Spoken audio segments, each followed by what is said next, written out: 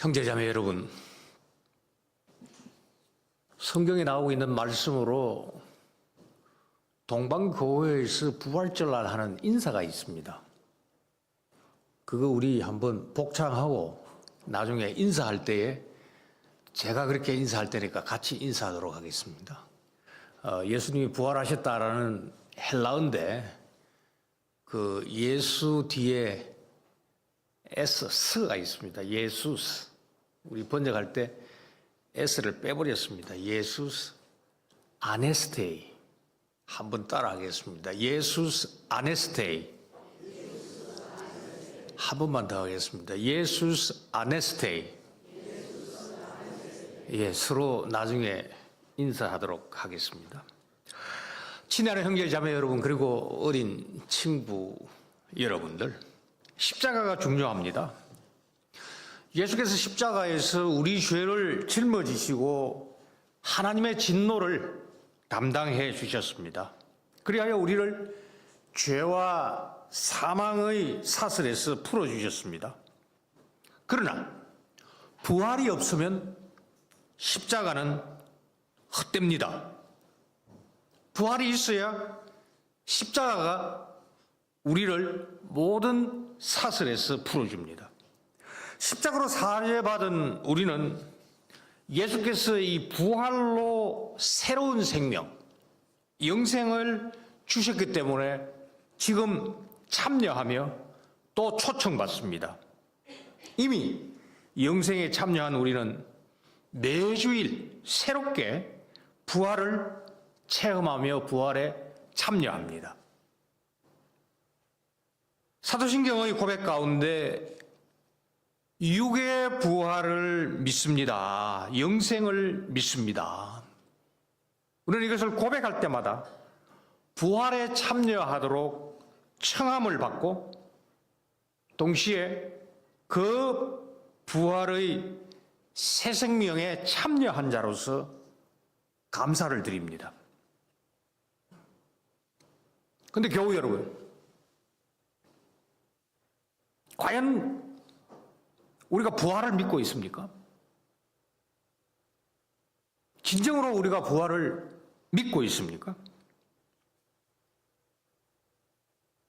우리 한국교회의 어법 가운데서는 부활 믿음보다는 부활의 소망을 먼저 얘기합니다. 그러나 소망은 믿음에서 나옵니다. 부활 믿음에서 부활 소망으로 나아갑니다. 왜 부활을 믿느냐고 제가 계속 다그칠까요? 이유가 있습니다. 부활을 믿는 거 복되지만은 그렇게 쉽지가 않습니다. 오늘 본문을 보면은 우리보다 훨씬 직접적으로 부활을 목도한 이들이 쉽게 믿지 않았습니다. 부활신앙이 조그맣게 시작을 했습니다. 겨자씨처럼 시작을 합니다.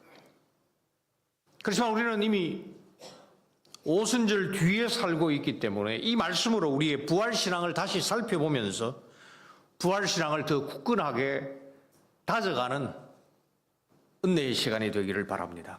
겨자씨와 같은 부활신앙 세 가지를 살펴보겠습니다. 불신자들조차도 부활 앞에 떨었지만은 여인들과 제자들은 부활을 믿지 못하고, 두 번째로 빈 무덤 앞에서 겨자씨 같은 부활신앙이 겨우 생겨났지만은, 세 번째 우리는 그 부활을 직접 목도하지 못하고 보지 못하지만은 부활을 믿는 복된 자들이 되어야 되겠습니다. 불신자조차도 부활에 떨었지만 여인들과 제자들은 부활을 믿지 못하였고, 빈 무덤 앞에서 겨자씨와 같은 부활신앙이 겨우 생겨났지만 우리는 보지 못하고 부활을 믿는 복된 자가 됩시다. 막달라 마리아는 이 부활의 아침에 아직 어두울 때에 예수님의 무덤을 찾아갔습니다. 그 시신을 향유로 잘 보존하기 위하였습니다. 근데 이게 웬일입니까? 무덤 입구에 돌이 옮겨졌습니다. 무덤이 열렸습니다. 빈 무덤입니다. 시신으로 있어야 되는 예수님이 보이지 않습니다. 우리 본문에 똑같은 헬라어를 달리 번역한 경우가 있는데 이때 여인들이 달려갑니다. 걷는 것이 아닙니다. 그 거리가 얼마 되는지는 정확하게 알지 못하지만 그렇게 멀지 않습니다. 그럼에도 여인들은 혼비백산한 상태죠. 시몬 베드로와 예수께서 이 사랑하시던 제자 그에게 말합니다. 주님은 무덤에 계시지 않고 사람들이 주님을 무덤에서 가져다가 어디 두었는지 우리가 알지 못합니다. 막달라 마리아만 간 것이 아니고 적어도 2사람 이상의 여인들이 함께 무덤에 갔다는 것을 알 수 있습니다. 이때 예수님을 부인하고 이 도망쳤던 베드로가 등장합니다. 베드로도 똑같은 말로 달려갑니다. 우리식으로 말하자면 지금 뜀박질합니다. 숨이 가빠 헉헉거리고 있는 모습이 보입니다. 얼마나 겸연쩍겠습니까? 얼마나 미안하겠습니까? 얼마나 송구스럽겠습니까? 이 숨이 가쁜 모습에서 그 베드로의 송구함이 드러납니다. 그런데 예수께서 사랑하시던 제자가 더 빨리 갑니다. 본 요한복음서를 기록한 요한 사도입니다. 요한 사도는 굽부려 가지고 시신을 싼 이 세마포가 놓인 것을 보았지만은 무덤에는 들어가지 않고 생각에 잠깁니다. 그 사이에 헐떡거리면서 뒤따라왔던 베드로가 무덤에 들어갑니다. 그리고 세마포가 가지런히 그리고 이 부분을 올리기 위하여서 둥여맸던 그 수건이 가지런하게 놓여 있던 것을 보았습니다. 그러나 정작 예수님은 계시지 않습니다. 난감하게도 예수님은 보이지 않습니다. 이 말을 듣고서 비로소 요한이 무덤 안으로 들어갑니다. 그리고 두 제자가 10절에 자기들이 예루살렘에서 유하고 있는 이 하숙집으로 돌아가는 모습이 나옵니다. 이제는 달려가지 않습니다. 그냥 걸어갑니다. 깊은 생각에 빠진 겁니다. 처음에는 생각하기 전에 행동했습니다. 사실을 확인하기 위하여서. 이제 확인했습니다. 허탈합니다. 도대체 우리 선생님은 어디 계실까? 9절 말씀에 그들은 성경에 예수께서 죽은 자 가운데서 다시 살아나야 하리라는 말씀을 아직 알지 못하더라. 8절 말미에서는 믿었습니다. 그런데 9절에서는 알지 못했습니다. 깨닫지 못했습니다. 믿었지만은 아직도 이 말씀을 깨닫지 못하고 있는 상당히 어정쩡한 상태를 보여줍니다. 예수님의 십자가를 제자들이 받아들일 수가 없었습니다. 그렇기 때문에 예수님의 부활도 수용할 수 없는 거죠. 십자가를 인정하지 못했던 제자들이 어떻게 부활을 믿을 수 있겠습니까? 달리지도 뜀박질하지도 않습니다. 그냥 돌아갑니다. 두 사람이 대화를 했을까요? 기록은 없습니다. 아마 깊은 생각에 빠져서 오히려 침묵 중에 도대체 이 일이 무슨 병고냐? 어떻게 앞일을 감당할까? 아마 침묵 속에 걸어갔을 겁니다. 믿었으나 알지 못하였다. 참 미묘한 표현입니다. 예수께서 자기의 십자가와 고난을 자주 언급하셨습니다. 그만큼 같은 맥락에서 자기가 다시 살아나야 하신다는 말씀도 하셨습니다. 그러나 이 말씀을 우리보다도 먼저 직접 그분으로부터 들었던 제자들이 정작 이 부활의 현장에서는 부활을 믿지 못하였습니다. 예수님과 가장 가까운 인물들 아닙니까? 3년 동고동락했습니다.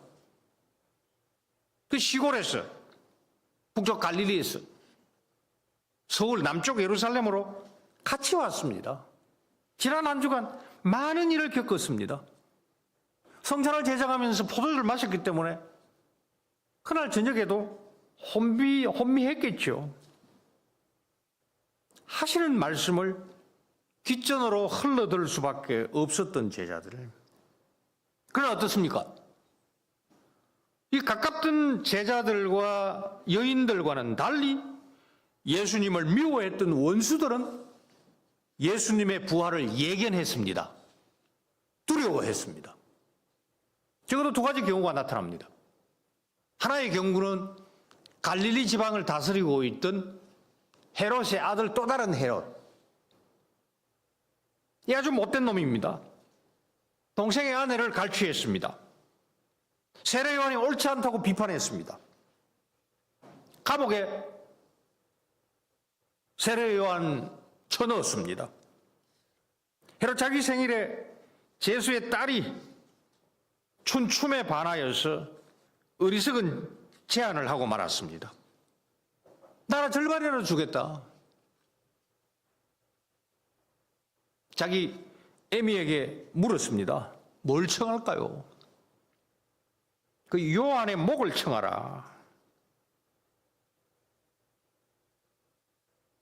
그렇게 세례자 요한은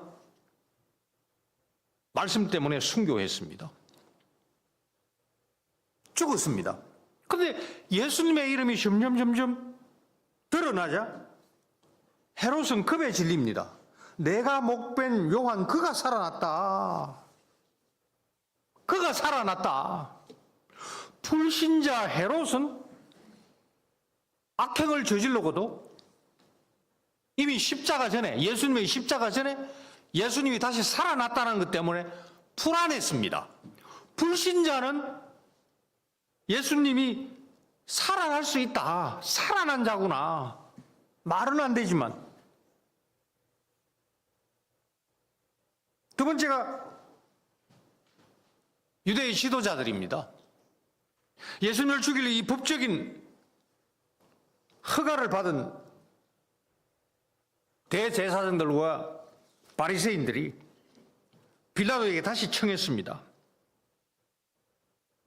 예수님을 가리켜 말합니다. 저 속이던 자가 살아있을 때 말하되 내가 사흘 후에 다시 살아나리라 한 것을 우리가 기억합니다. 불신자들은 기억합니다.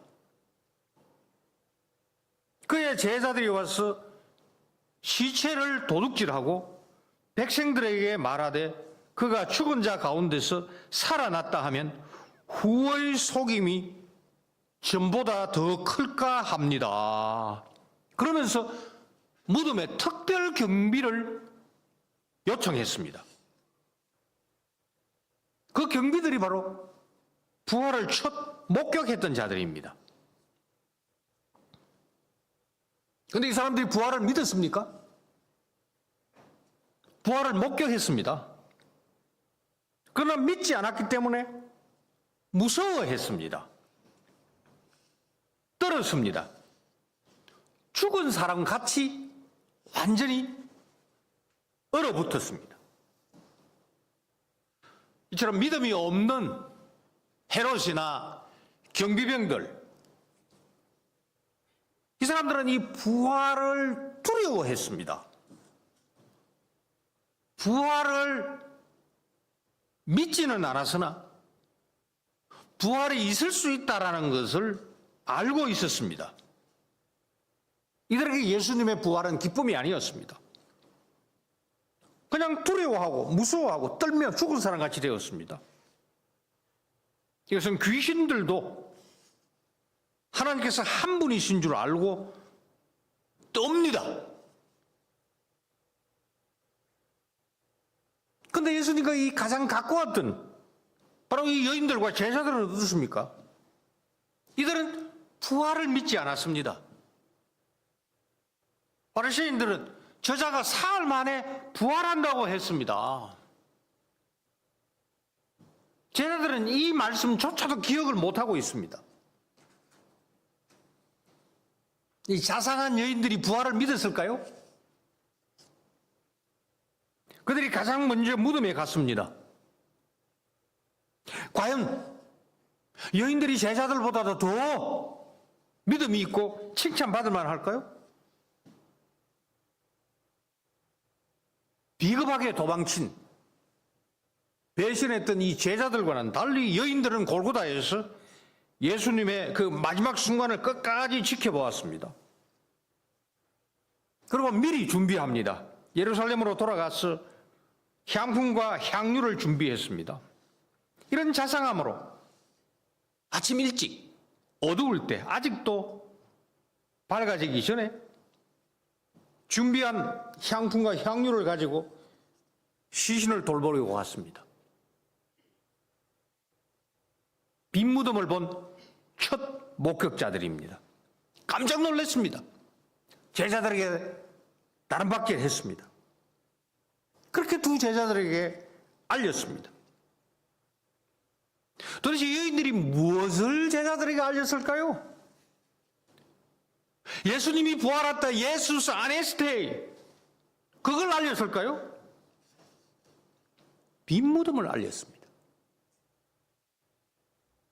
부활이 아닙니다. 빈 무덤을 알렸습니다. 사람들이 2절에 주님을 무덤에서 가져다가 어디 두었는지 우리가 알지 못하겠다. 이런 불신자들이 사흘 만에 살아난다고 했으니까 특별 경비 필요합니다. 불신자들 입에서 나오는 그 얘기조차 가장 먼저 달려갔던 여인들의 모습에서 말에서 정언에서 나타나지가 않습니다. 부활을 여인들이 믿지 않았습니다. 아니, 대제사장들이 빌라도에게 특별 경비를 요청할 때 말했듯이 여인들이 아마 이렇게 말했을 수도 있습니다. 제자 당신들이 비겁하게 말이야, 그 경비들이 조는 사이 주님의 시체를 옮긴 것은 아닌가? 이 일을 어떻게 할 것인가?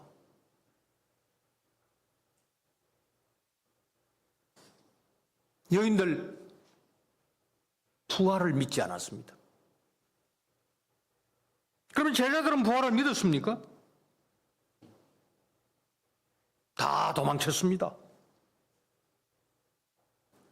베드로는 부인까지 했습니다.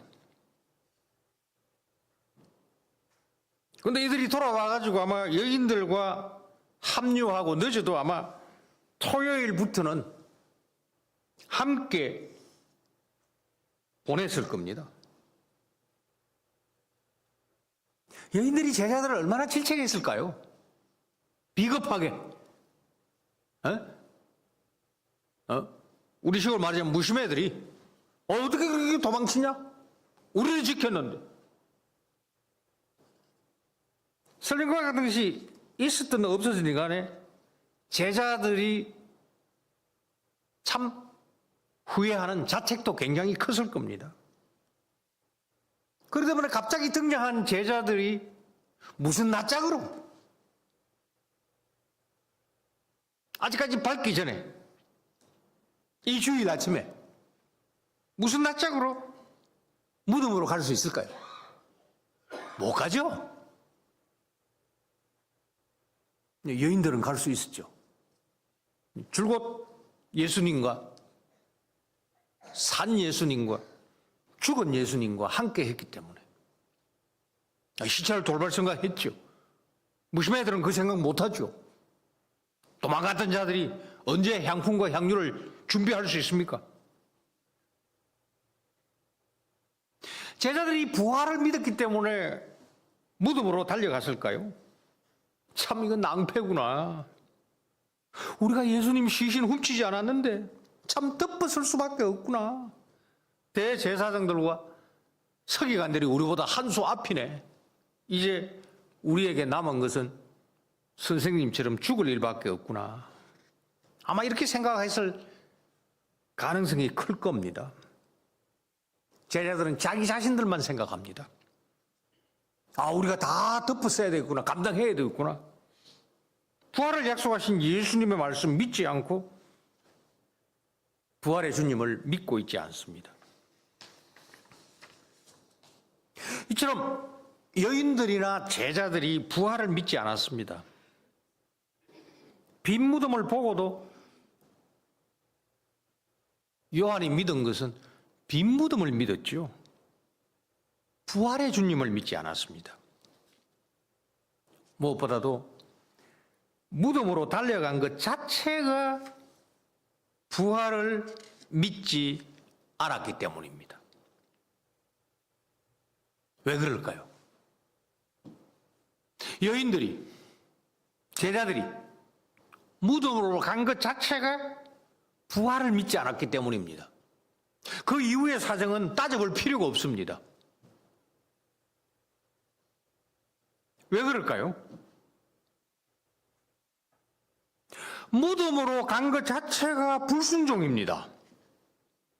불신앙입니다. 지극히 인간적입니다. 왜 그럴까요? 예수께서 십자가에 달리시기 직전에 제자들에게, 여인들에게 하신 말씀이 있습니다.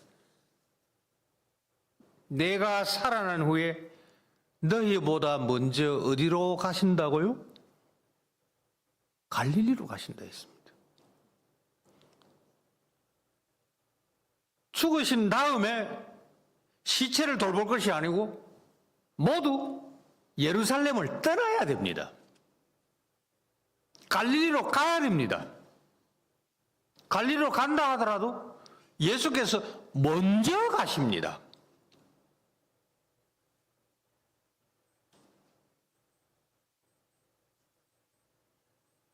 향품을 준비한 여인들을 제자들보다 더 칭찬할 수 있을까요? 이런 설교 들은 적이 있습니다. 배신자야, 무심해들. 그거보다야 섬세하고 자상한 여인들이 칭찬받을 수 있다.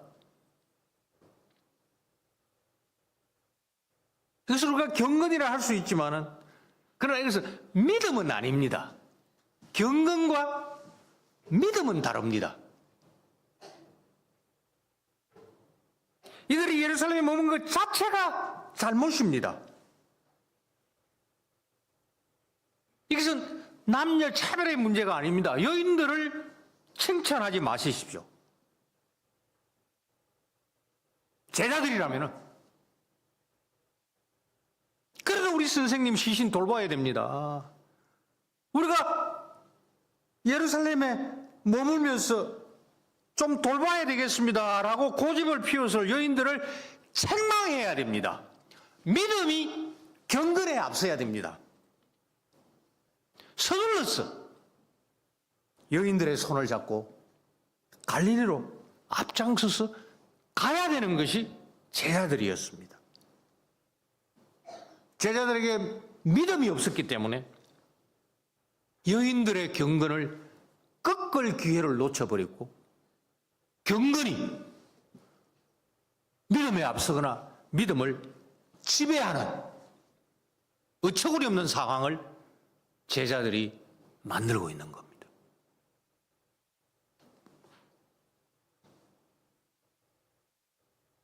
이처럼 부활신앙은 겨자씨처럼 생깁니다. 예수께서 사랑하시던 제자는 부활을 믿은 첫 인물입니다. 그러나 사실은 부활을 믿은 건 아닙니다. 겨자씨처럼 부활신앙이 생겨났습니다. 그럼 베드로보다 먼저 달려갔습니다. 무덤에 들어가지는 않고 몸을 굽으려 안을 봤는데 잘 안 보이죠. 그러나 우리가 백이민족이라고 하는 것처럼 그 당시에는 물감 자체가 비쌌으니까 동서에 다 흰 겁니다. 아직까지 완전히 해가 뜨지 않았으나 그 새벽 미명에 어두워도 그 돌무덤이 어두워도 흰 것은 보입니다. 이때 막 도착한 베드로가 그 성격대로 바로 안으로 돌진을 합니다. 세마포 수건이 따로 있습니다. 수건이 쌓던 대로 놓였다고 했습니다. 이 억지로 푼 게 아니구나. 심상치 않구나. 이 말을 듣고 요한도 들어가 봅니다. 그때야 무덤에 먼저 갔던 그 다른 제자도 들어가 보고 믿더라. 이 문장이 아주 복잡합니다. 내가 먼저 갔고 베드로는 뒤에 왔고 베드로가 먼저 봤고 베드로가 하는 얘기를 듣고 내가 무덤에 들어갔다 이러면 될 건데 예수께서 사랑하시는 제자 묘사합니다. 그리고 그때야 무덤에 먼저 갔던 그 다른 제자도 그냥 요한 자기입니다. 왜 말이 이렇게 좀 애둘러서 말을 할까요? 왜 직접 나라고 얘기를 하지 않을까요? 그냥 그때 나도 들어가서 보고 믿었다. 왜 그럴까요? 다른 곳에서도 예수님의 품에 의지하여 주님을 파는 자가 누구 오니까 예수님의 품에 안겼던 제자가 묻기를 주님을 파는 자가 누굽니까? 자기를 앞세우지 않습니다. 애둘러서 자기를 묘사합니다. 지극히 어떤 동양적인 표현을 할 수 있습니다. 아주 은근한 표현이지만 이 배경에는 부활신앙을 간곡하게 권하면서 나처럼 우회하지 말고 바로 믿으라라는 죄송함이 담겨 있는 표현입니다. 여인들의 이 자상한 경건이 아니라 사랑받은 그 제자의 직관적인 믿음이 돋보입니다. 그러나 겨자씨 같습니다. 내세울 게 없습니다. 기회를 놓쳤습니다. 이 기록하는 자체가 부활을 믿고 난 다음에 기록했기 때문이죠. 그 당시를 돌아보면서 뭔가 비상한 일이 일어났구나. 우리가 예수님의 시신 훔치지 않았다. 그런데 세마포 수건이 단정하게 놓여있는 거 보니까 누가 시신을 통째로 훔쳐간 건 아니구나. 억지로 안 풀었구나. 따라서 억지로 훔쳐간 것도 아니다. 예수님에게 뭔가 특별한 일이 일어났구나.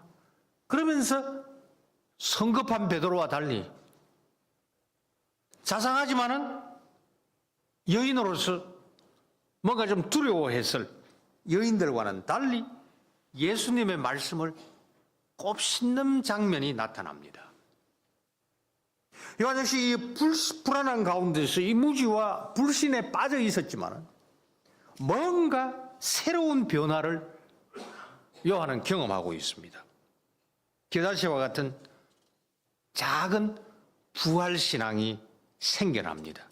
산을 옮기고 나무를 바다에 빠뜨릴 수 있는 작은 믿음이 요한에게 생겨났습니다.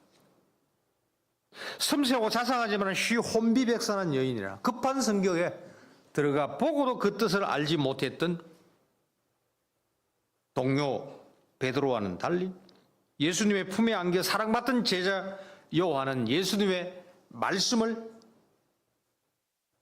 깨닫기 시작한 거죠. 겨자씨와 같은 믿음으로 부활을 믿기 시작한 첫 인물이 됩니다. 믿었더라. 그러나 여전히 깨닫지 못하더라.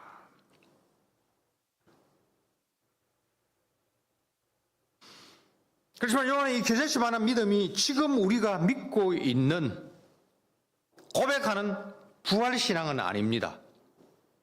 그렇다면 10절에 예수스 아네스테이, 바로 아주 우리 강하게 표현하자면 거기에 예수스 아네스테이를 갖다가 그 본문에 박았을 겁니다. 요한 이후에 이 복음서를 기록할 때에 이때를 되돌아보며 죄송하여 덧붙인 표현이 괄호 안에 나오고 있는 9절에 그들은 아직 알지 못하더라라는 표현입니다. 아주 생뚱맞은 뒷말처럼 들립니다. 그렇지만 여기에는 깊은 반성이 들어 있습니다. 절절히 맺힌 죄송한 마음이 들어 있습니다. 제 자체가 큰 믿음으로 성장하고 난 다음에 자기가 할 수 있는 최대한의 애절한 표현, 그때 예수스 아네스테이를 내가 하지 못했구나. 그러나 빈무덤을 믿었지 깨닫지는 못했다. 놓쳤구나. 내가 작은 믿음 가졌구나. 요한 뭘 믿었습니까? 빈무덤을 믿었습니다. 부활을 믿지 않았습니다. 부활의 예수님을 믿지 않았습니다. 세마포와 수건을 보고서 무덤에 있어야 되는 망자 예수께서 계시지 않다라는 사실, 그걸 믿은 겁니다. 부활을 믿은 게 아닙니다. 부활의 주님을 믿은 게 아닙니다. 없구나. 도대체 누가 훔쳐갔지? 빈무덤을 믿은 겁니다. 부활의 주님을 고백하지 못했습니다. 어떻게 보면 아주 어중간한 믿음입니다. 그러나 동시에 이 여인들이나 베드로와는 달리 부활신앙을 향한 믿음의 겨자씨가 요한의 마음에 뿌리를 내린 겁니다. 그래서 요한은 부활을 단번에 믿지 못한 이것이 너무나 못내 아쉬웠습니다. 말씀대로 믿지 못한 것이 너무나 섭섭하고 서운했습니다. 이것은 남을 향한 손가락질이 아닙니다. 자신을 향한 자책입니다. 삶을 돌아보니 후회와 아쉬움밖에 없구나. 왜 그때 더 침착하지 못했을까? 왜 부활을 바로 믿을 그 좋은 기회를 내가 놓쳤냐? 왜 그때 차분하게 주님의 말씀, 그 말씀의 주님을 붙잡고 곱씹으면서 부활을 내가 믿고 고백하지 못했을까? 요한 사도는 성경대로 예수께서 다시 살아나야 하리라는 그 말씀을 아직 9절에 나오죠. 아직 그 순간에 알지 못하였고 그 절호의 순간을 놓치고 말았습니다. 너무 원통한 마음에서 9절의 말씀을 덧붙이고 있습니다. 따라서 우리는 보지 못하고 부활을 믿는 고백하는 복된 자가 되어야 됩니다. 요한복음 기록한 의도가 뭘까요? 요한은 이 자기 복음서를 보고 빈무덤만을 보지 말라는 메시지를 전하고 있습니다. 예수께서 다시 살아나려 하신 말씀을 아직 알지 못할 것이 아니라 곧장 부활의 예수께서 하나님의 아들 그리스도이심을 믿고 바로 영생을 얻으라 하는 강한 권고가 복음서를 기록한 목적입니다. 이 권고를 사도는 예수께서 도마에게 하신 이 말씀으로 우리에게도 말씀하십니다. 너는 나를 본고로 믿느냐? 빈무덤에서는 예수님을 볼 수가 없습니다. 본고로 믿느냐? 보지 못하고 믿는 자들은 복되도다. 20장 29절입니다. 보고 빈무덤을 믿었던 자기 자신을 자책하는 예수님의 말씀을 기록하면서 그 자기의 아쉬운 마음을 대변하고 있습니다. 사도 요한이 복음을 기록한 목적 20장 31절에 잘 나옵니다. 예수께서 하나님의 아들 그리스도이심을 믿고 그 이름을 힘입어 생명을 얻게 하는 것이 복음서를 기록한 목적입니다. 바로 사도신경이 정리하고 있는 거죠. 다름 아니라 이 부활의 예수님을 믿는 그 믿음이 영생을 얻는다라는 말씀입니다. 위에 요한은 빈무덤을 붙잡고 있지 않았습니다. 그 부활을 믿었습니다. 아니 부활의 주님을 믿었습니다. 영생을 얻었습니다. 이 부활 믿음이 9절의 이 겨자씨처럼 뿌려졌습니다. 자기처럼 후회하지 말라, 자책하지 말고 예수님이 하나님의 아들 그리스도를 믿고 이 이름을 힘입어 모두가 생명, 영생을 얻으십시오. 호소하고 있습니다. 형제자매 여러분, 어린 친구 여러분, 제자들처럼 예루살렘에 묵묵거리면 안 됩니다. 부활 이후 예루살렘에서 예수님을 만난 거 믿음의 상급이 아닙니다. 책망입니다.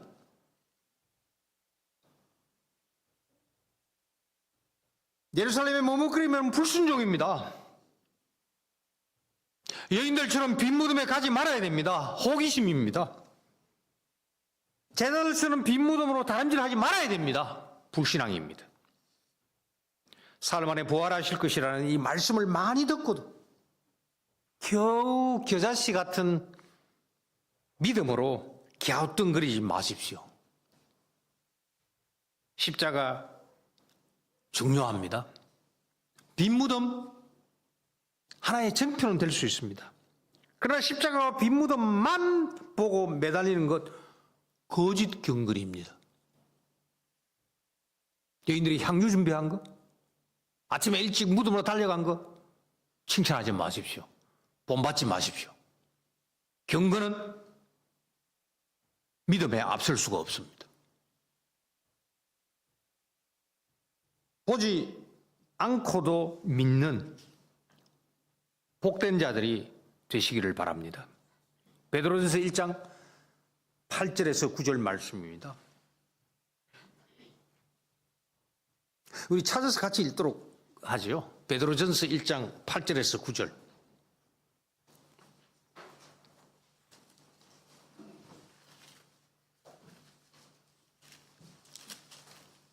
똑같은 메시지입니다. 근데 이제 베드로 사도는 특별히 그 변화산에서의 영광을 보았기 때문에 이 말씀을 아주 강력하게 선포하고 있습니다. 베드로전서 1장 8절 9절 읽겠습니다. 예수님을 같이 읽겠습니다. 예수님을 너희가 보지 못하였으나 사랑하는도다. 이제도 보지 못하나 믿고 말할 수 없는 영광스러운 즐거움으로 기뻐하니 믿음의 결국 곧 영혼의 구원을 받음이라. 아멘. 우리는 시간적으로 부활의 예수님 만날 수 없습니다. 우리는 시간적으로 공간적으로 빈 무덤을 목격할 수 없습니다. 그러나 목격은 증인이 아닙니다. 목격자는 증인이 아닙니다. 목격은 증거자가 아닙니다. 오후에 살펴볼 본문입니다. 보는 것과 믿는 것은 다릅니다. 믿어야 증인이 됩니다. 목격자들 믿음이 없기 때문에 두려워합니다. 그러나 증인은 부활로 영생을 얻었기 때문에 기뻐합니다. 이 동방교회는 예수스 아네스테에 하면서 그 볼을 스치는 그 볼키스를 남녀 상관없이 다 합니다. 지금도 서양에서 제가 이 서양에 가면은 그 자매들도 이렇게 볼키스를 하죠. 참 굉장히 어색하지만 그 부활의 기쁨에서 나온 그 교회의 중요한 전통. 우리나라 같으면 성희롱에 해당되는 거죠. 그러나 이제 성도들 사이에는 그 부활의 기쁨이 첫 목격자들이 경험했던 그 두려움이 아니고 기쁨이기 때문에 그 동방교회에서는 토요일 저녁에 예배를 시작을 해가지고 자정을 넘기고 그 부활이 선포되면은 모두가 다 볼키스를 하면서 그 부활의 기쁨을 고백하고 그 교제하는 즐거움이 있습니다. 말씀을 맺습니다. 예수님을 다시 살리신 이 아버지 하나님의 성령께서 우리 형제 자매 그리고 어린 친구 각자에게 이 부활의 믿음을 오늘도 허락하시기를 바랍니다. 이 믿음으로 영생을 얻고 부활의 주님을 찬양하며 기뻐하십시오. 영생을 온전히 누릴 이 그날을 바라보시면서 다시 오실 그 부활의 주님을 대망하십시오. 가젤이 놓인 예수님의 세마포처럼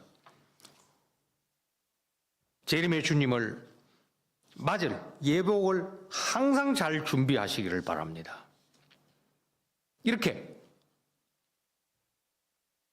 예수께서 재림하실 때에 호산나 아멘 주 예수여 오시옵소서 찬양하면서 재림을 오늘도 대비하는 영생을 누리는 복된 교우들이 다 되시기를 바랍니다.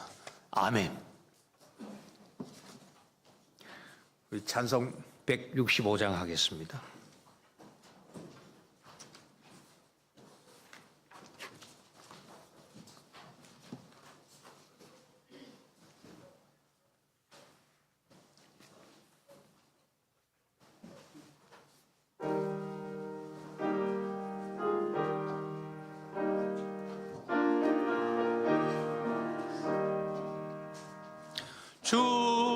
주님께 영광 다시 사신 주 사망 권세 모두 이기시었네